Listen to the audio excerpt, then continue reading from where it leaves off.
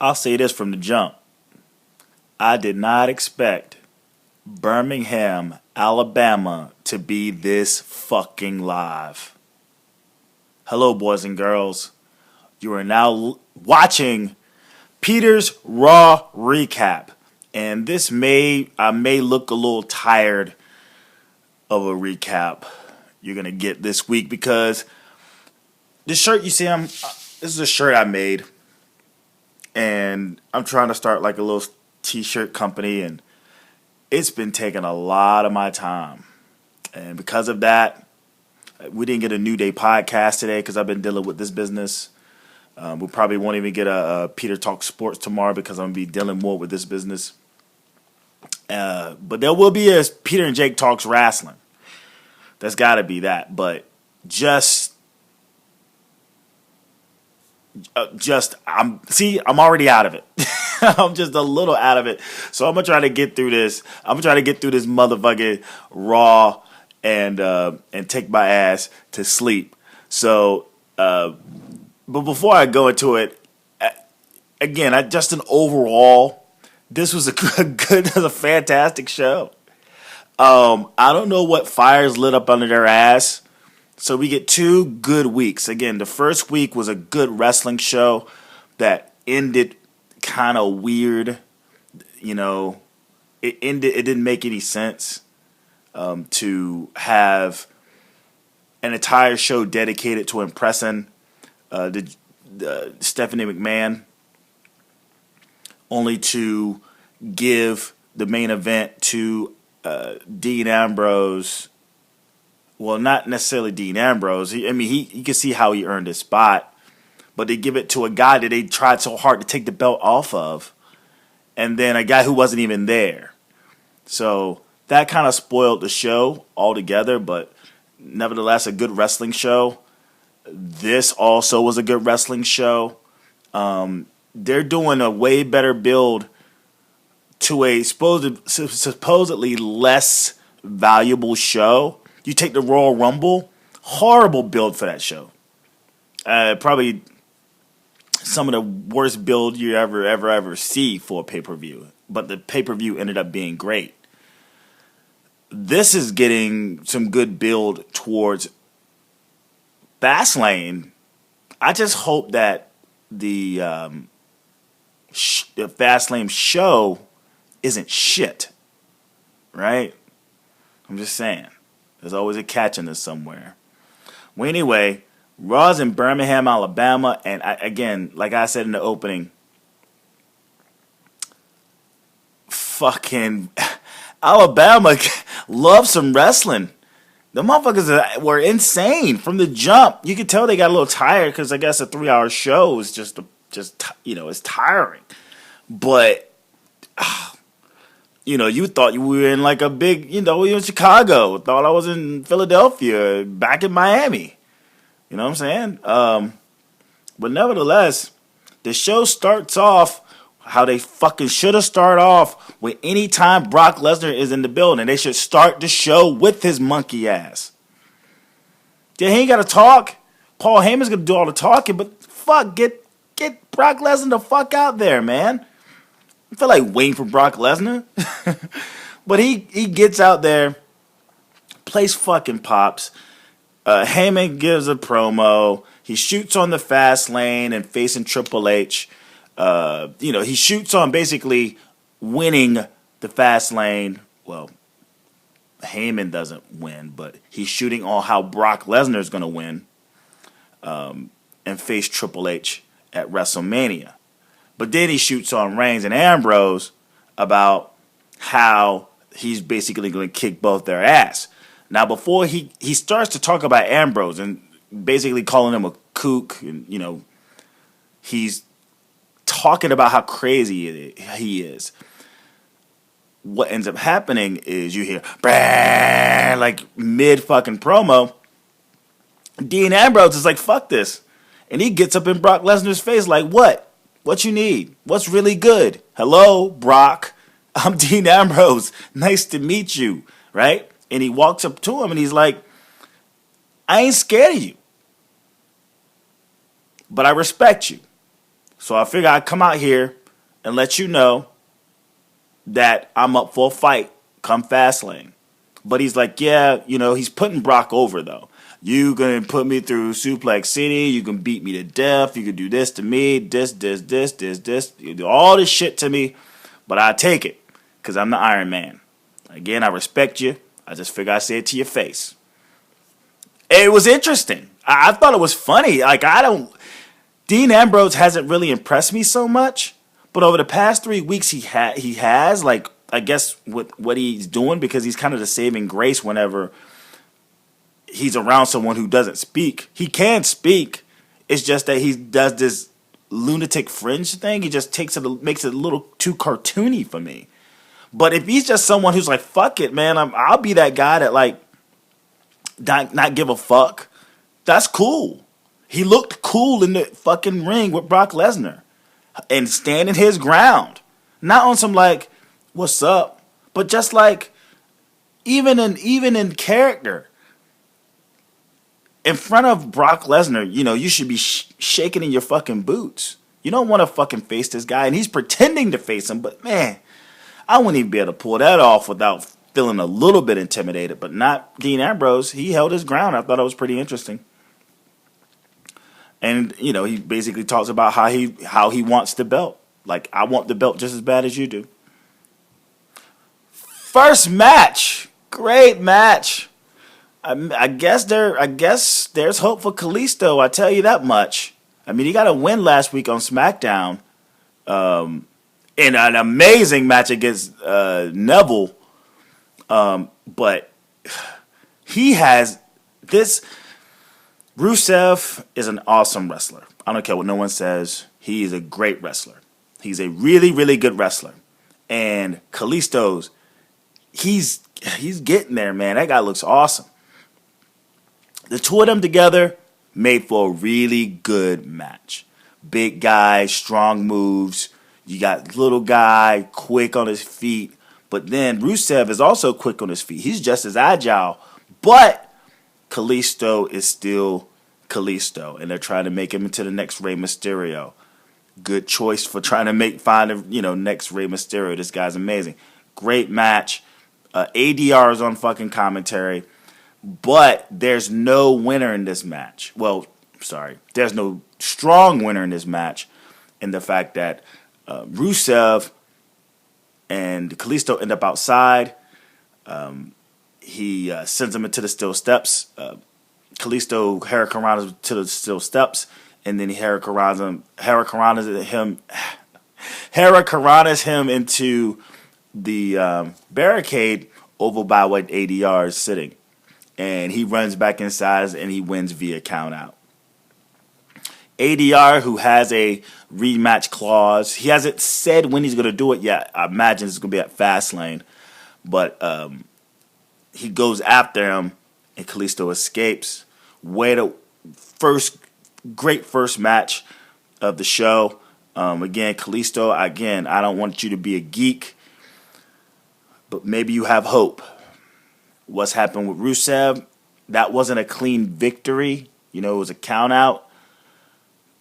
It's hard to believe this guy was undefeated for a year and has a win but not throwing him under the bus because he lost to Kalisto, but I think he's just going to be in this mid-card hell moving forward for a while. In the back, you get Ambrose, Reigns, and Stephanie. And the belt is actually in a glass case. I was like, what the fuck? Is this thing up in abeyance? It's almost like they're trolling us fans. It's like, come on, we want to see the belt on somebody. But Triple H has it, and rather than it has to be in that glass container, as this belt doesn't belong to any wrestlers. It belongs to the authority. It's almost as if Triple H isn't as much the champion as much as the authority are in possession of the belt, if that makes any sense. It's kind of weird. But yeah, it's in a glass case. And Stephanie's talking to, they're going back and forth, and Stephanie's trying to warn one of the two of those guys about a betrayal, about a backstab. She brings up, Marty Jannetty, and she brings up Randy Orton. I think she brings up someone else, but it doesn't even come to mind right now. And she turns to Dean Ambrose and is like, well, you don't want to always be known as his his sidekick. He's like, see, that's why you're trying to always like bring up dissension, because in reality, Reigns is my sidekick. Another cool line by by Ambrose. And subsequently, you get a match. Stephanie books the main event where you have Dean Ambrose, Roman Reigns versus The New Day. You get a Nikki Bella surgery update, and then you get Brie Bella backstage with Young, and she's basically, talking about how her sister's, positive, and she's going to be back better than ever. But Charlotte and Ric Flair shows up. And Charlotte is like, I'm responsible for the reason why your sister is fucking on this shelf. And that's how that went. Come to find out, we have a Grammy Award winning tag team. That tag team, via Lillian Garcia, is the Usos. Apparently,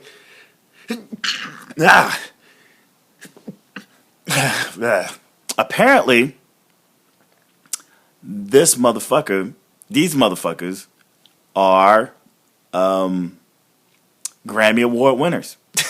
I heard her say it, and I go, what did I just hear? So I immediately go to Twitter, and I'm like, I just type Grammy, and boom, it's people already on it. She actually said it, and I was like, oh, man. But they're going up against Rose and Axel from the Social Outcast.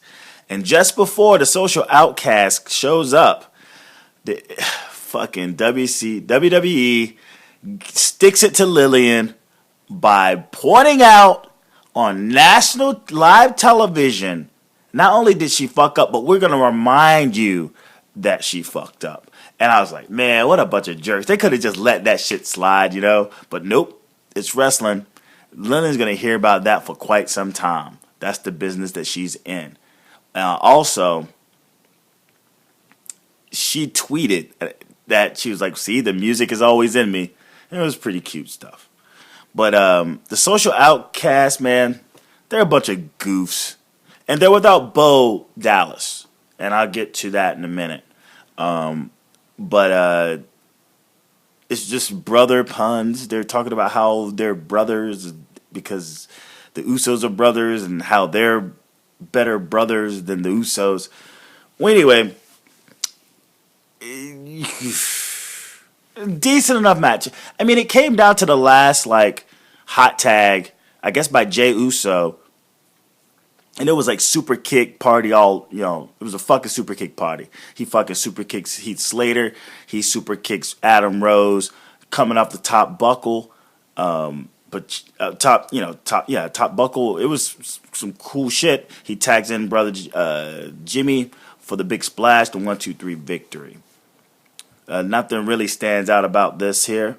But for the fact that the Usos are trying to gain momentum.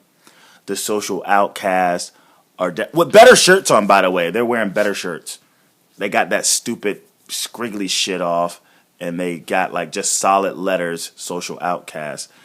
And they were like, never mind. I think they said hashtag something, and then fucking dumbass JBRL. He's just like, no, hashtag Grammy. It's like, goddamn, man. Just shut the fuck up sometimes. We get it. But I think it's the bully in JBL to fuck with Lillian and embarrass her on national television. Miz TV, a very funny segment. I like to think it's some of the Miz's best ever work, honestly.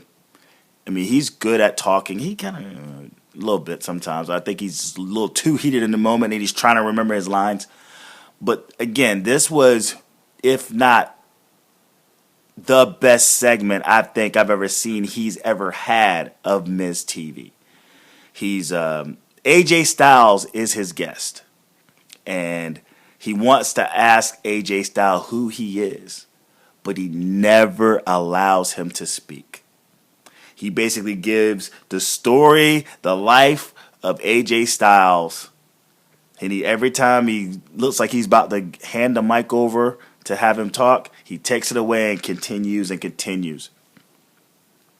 And then it builds up to him and Daniel Bryan and how he coached Daniel Bryan and that he's the father of the Yes movement. And he's like, everyone's like, no. And his face is getting upset. And he's going, yes. I was laughing. I was over here. It's funny. A friend of mine stopped by who doesn't watch wrestling. He knows I do this podcast and stuff, and he's excited for wrestling that I'm excited about wrestling. But I was like, yeah, that's the Miz. He's like, what? That's the Miz? That's the Miz from Road Rules? He said, that's crazy. You know, he was kind of spazzing out by the fact that he was watching the Miz. He was like, man, Miz is doing all right for himself. But then it turns into him kind of putting over AJ and his life story to then shooting on him. Saying that, like, he's never going to be anything in the WWE without my tutelage, or he's never going to be bigger than me anyway because he's some new guy, whatever. He's just started shooting on him, and anybody who thinks that he's going to do well here, he doesn't stand a chance in hell. Now, I don't know whether this was something that was a shoot, like something that was like, I hate foreshadowing like this. I hate it when, you take this new guy. I get it. He's small. He keeps calling him little. He's small. They talk about how he's not going to make it. And I hate it. I hate hearing that, man. I hate hearing it because maybe he's not going to make it. So far, I mean, they're doing him due diligence right now, right? Just because he's new, he's fresh, and people know, but like the pettiness of that fucking office between Vince and Stephanie and Triple H. I mean, I guess not so much Triple H because he's behind getting these guys over, but man, there's still this old school mentality that if you're not a WWE creation, you still ain't nothing. And they do you the justice at first, but man, that Miz promo, which I think is one of his best, and him getting that heel heat, I think it was a little foreshadowing to the continuance of AJ Styles and what's going to happen. I hope not, man. I just hate that shit. It makes me nervous. Because I want AJ to do really well. But as soon as he says, no chance of hell, AJ just gets up and punches him straight in the mouth, just beats the shit out of him, and just kicks him out of the ring. There's word that, I guess we all know that Vince McMahon is not a big fan of Southern accents. And I think even the guys, JBL, are like this little country boy, the little Southerner. He has a strong Southern accent. And this is like the second time that they put him in a position where he just didn't talk. They had him in a segment, but they don't want that Southern accent to get out. And I don't know why. It's so silly that they're so against Southern accents. That would get him over, especially in Birmingham, Alabama. Have you ever listened to someone from Birmingham, Alabama? AJ Styles is from Atlanta. He has a Southern drawl. But Birmingham, Alabama, man. Christ. Let him... he's not the best at the promo, but let him talk. We get Brie Bella versus Charlotte.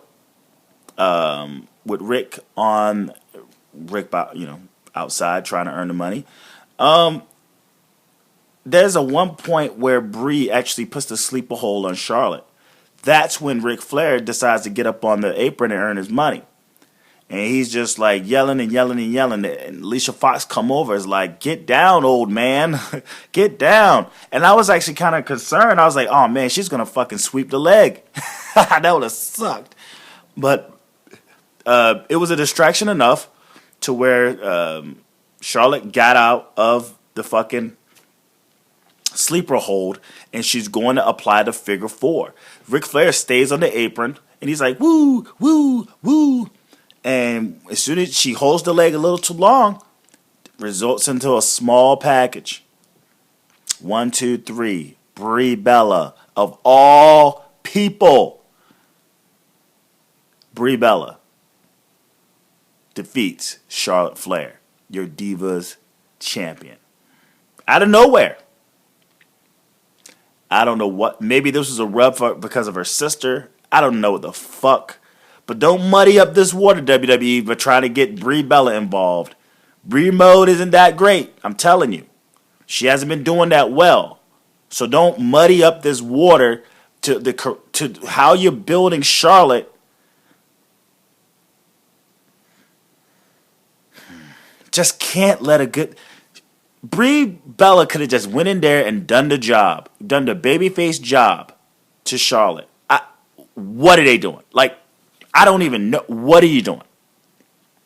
You build her up as this person who beat Nikki twice. She beat Becky Lynch. Becky Lynch has been tossing Brie Bella around like a fucking rag doll. And she gets the victory rather than Becky Lynch? All I'm going to do is sit back and see what happens. Because, again, you talk about this Divas Revolution, man. Sometimes you just got to fucking cross your arms and tap your feet and just see, like, what are you going to do with this shit? It looks like something's going, and then they just pull some shit like this. Really? Brie Bella gets a victory over the Divas champ, Charlotte Flair, with Ric Flair on the apron earning money.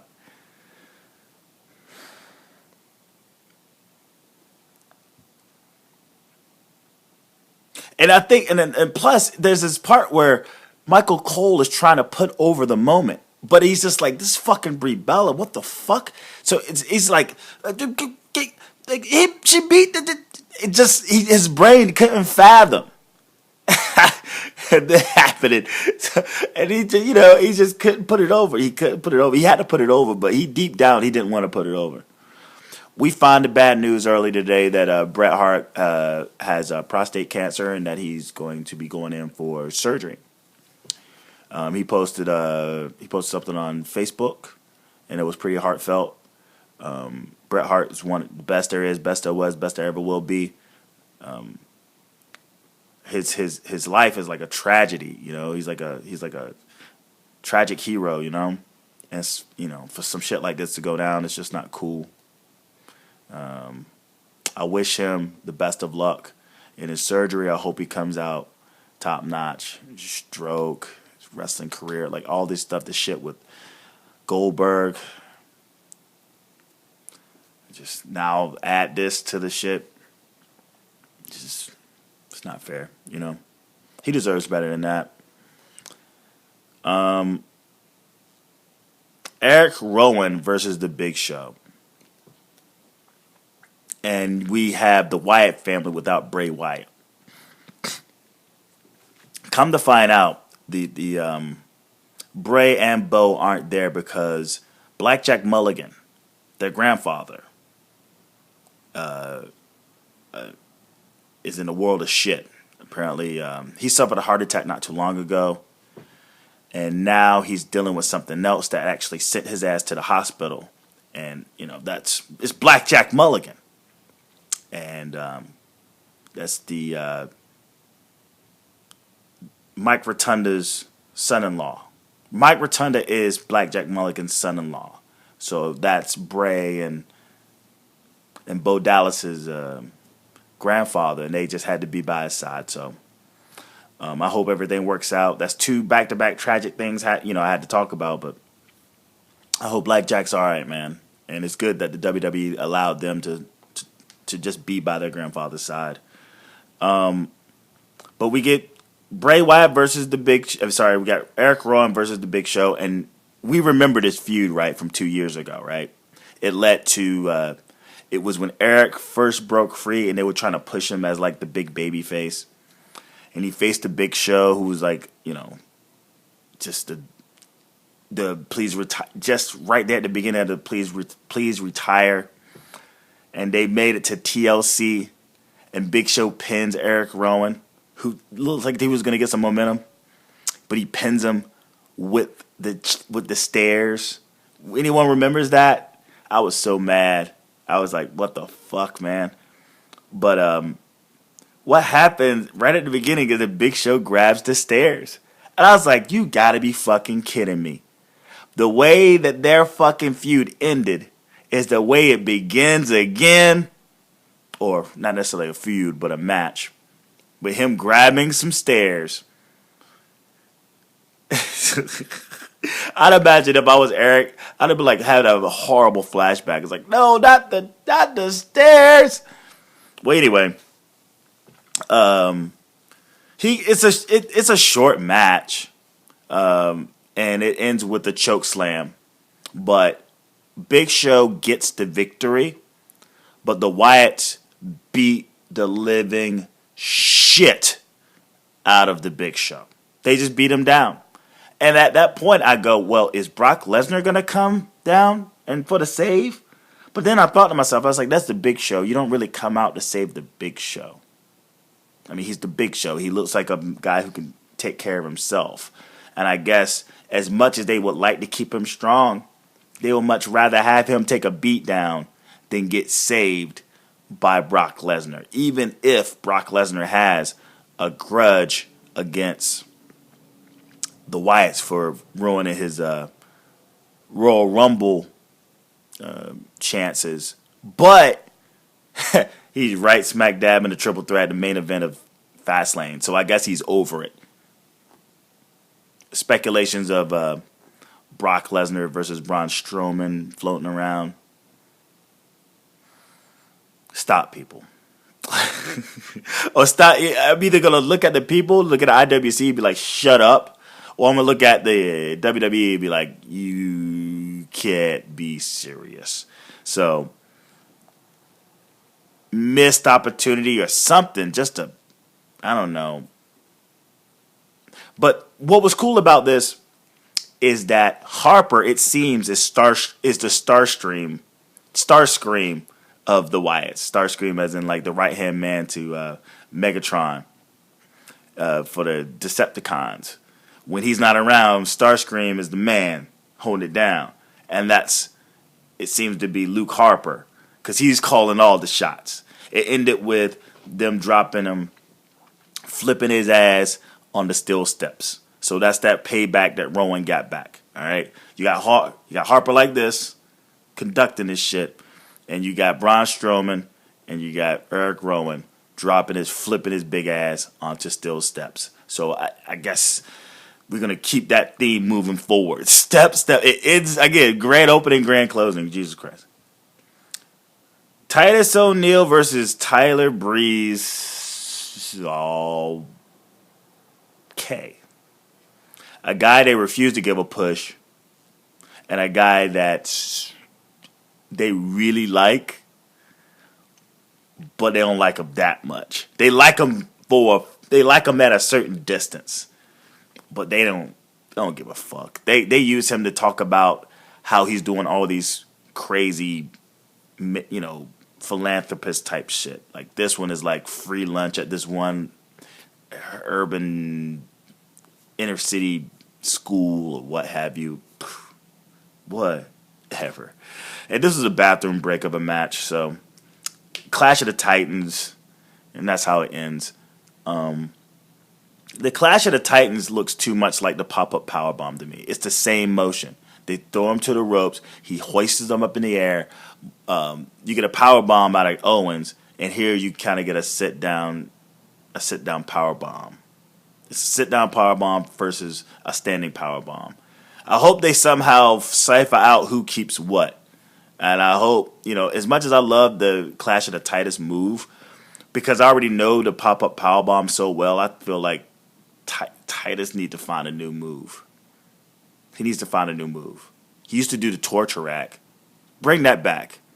But that's a heel. Turn him heel. Bring back the torture rack. We get Brock and Heyman in the locker room, and they're talking until Triple H shows up. And Triple H is basically there to be like, yo, what the fuck was up with the Ambrose getting up in your face? Is Suplex City gotten soft? And Brock finally speaks. He goes, well, you'll find out at WrestleMania. You know what that means. But the crowd popped just to hear Lesnar talk. I wish he would talk more often. AJ, we find out that because of that Miz TV segment and how AJ Styles whooped the hell out of the Miz, they got a match on SmackDown. Something to watch. It looks like they're keeping AJ on SmackDown. That's fine. Totally fine with that because he's going to be able to be himself as if he was in NXT on SmackDown. Ziggler versus Owens. And Owens comes out and he fucking destroys a fan like a poster. That was pretty funny. I don't know what the poster said. He just rips it out of his hand. Maybe it said like fight Owens, fight. Owens, I don't care. Fuck your side. Well, anyway, a pretty decent match. I mean, they go back and forth. No one really gets any real heat on themselves, but Ziggler fucking wins. So you got Brie mode pitting Charlotte Flair, who hasn't bought a win in the past 4 months. Ziggler is on like some shit list. He's been in the doghouse. He hasn't been able to get a win worth fuck. It looks like they were trying to build Owens up a little bit, but they just had Dolph Ziggler beat Kevin Owens. And I don't even know what to say. Again, this is a great show, but you nitpick at things. I don't know what to say about that. How does that happen? Why does that happen? Kevin Owens is probably getting more and more heat than any wrestler, in terms of a guy showing up and just maintaining his heat. He's whooping up on Cena. He's doing this, doing that. He's a thorn in Dean Ambrose's side. And then he just loses to a guy who cannot buy a fucking victory in Dolph Ziggler.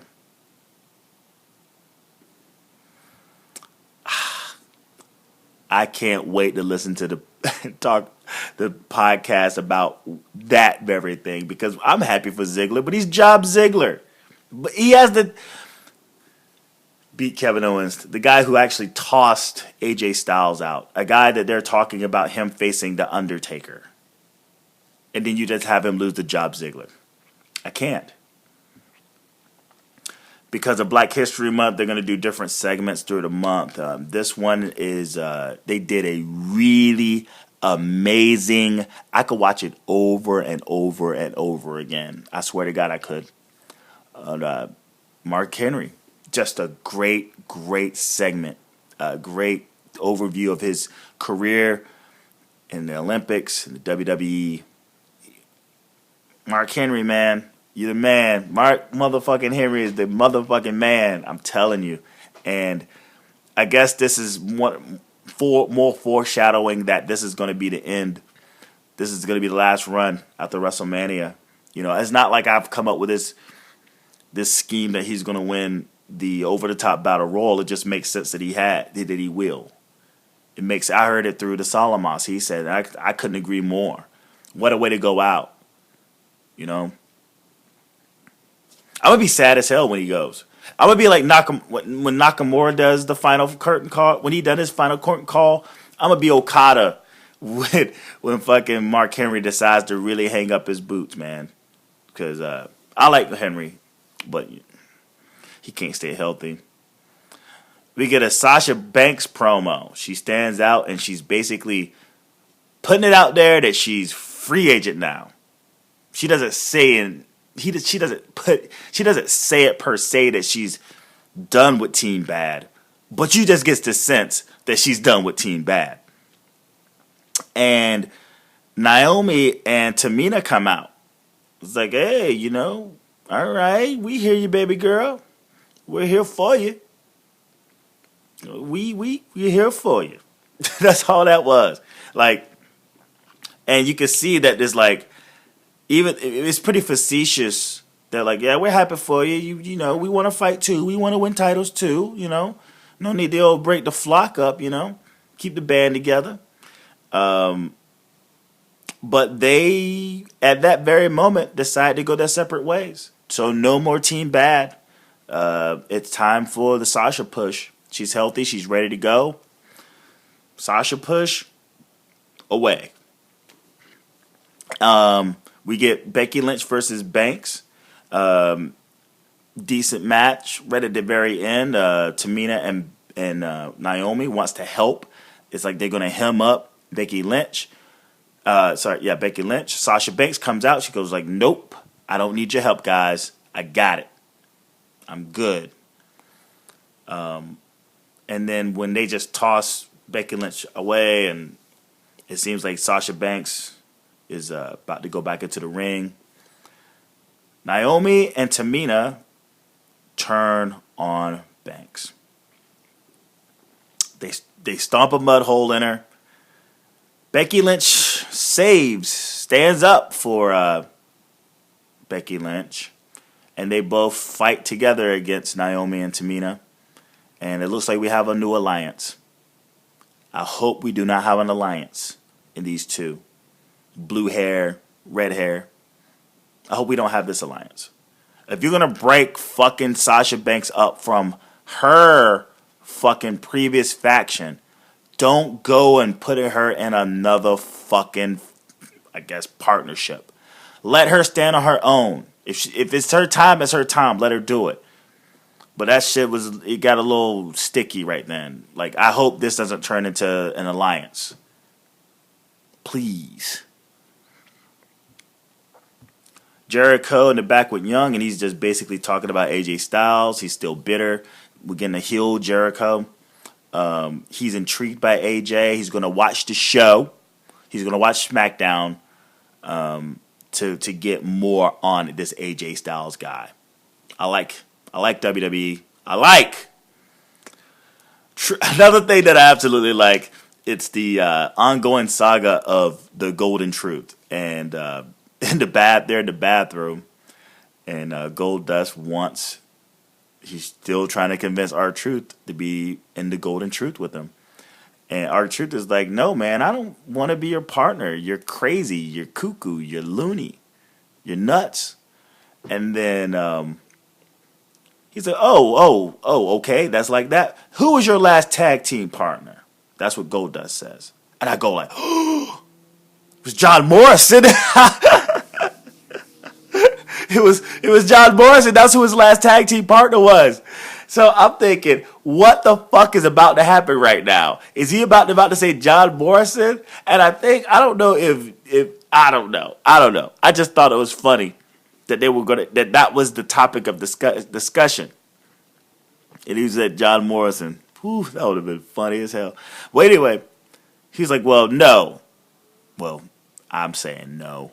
But the thing is, he's like, your last tag team partner was Little Jimmy, an imaginary friend. You call me crazy? You're just as crazy. Kinda. He didn't say that boldly, but that's what he was getting at. You're going to call me nuts, and you had an imaginary friend. All right? And R-Truth's like, oh, man, that cuts deep, man. That cuts deep. And he walks off. They don't even have to be a tag team. If you could just give me these segments, I'm good with that. They're funny. And I guess the Tourette's Goldust is back. It's whatever. It's funny. New Day promo called it Booty Ham. Booty Ham. They shit on The Rock basically to talk about his potty mouth. That's it. Oh, Rock, you have such a potty mouth. And then there's another spot, man. I don't know what it is. The WWE is just missing its cues. And maybe they did that shit on purpose.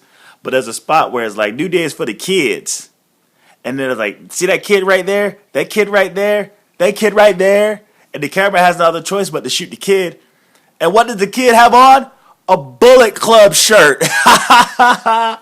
He has a fucking Bullet Club shirt on, and the person beside him has a Bullet Club shirt on. Like, what the fuck? Kevin Dunn's losing his shit.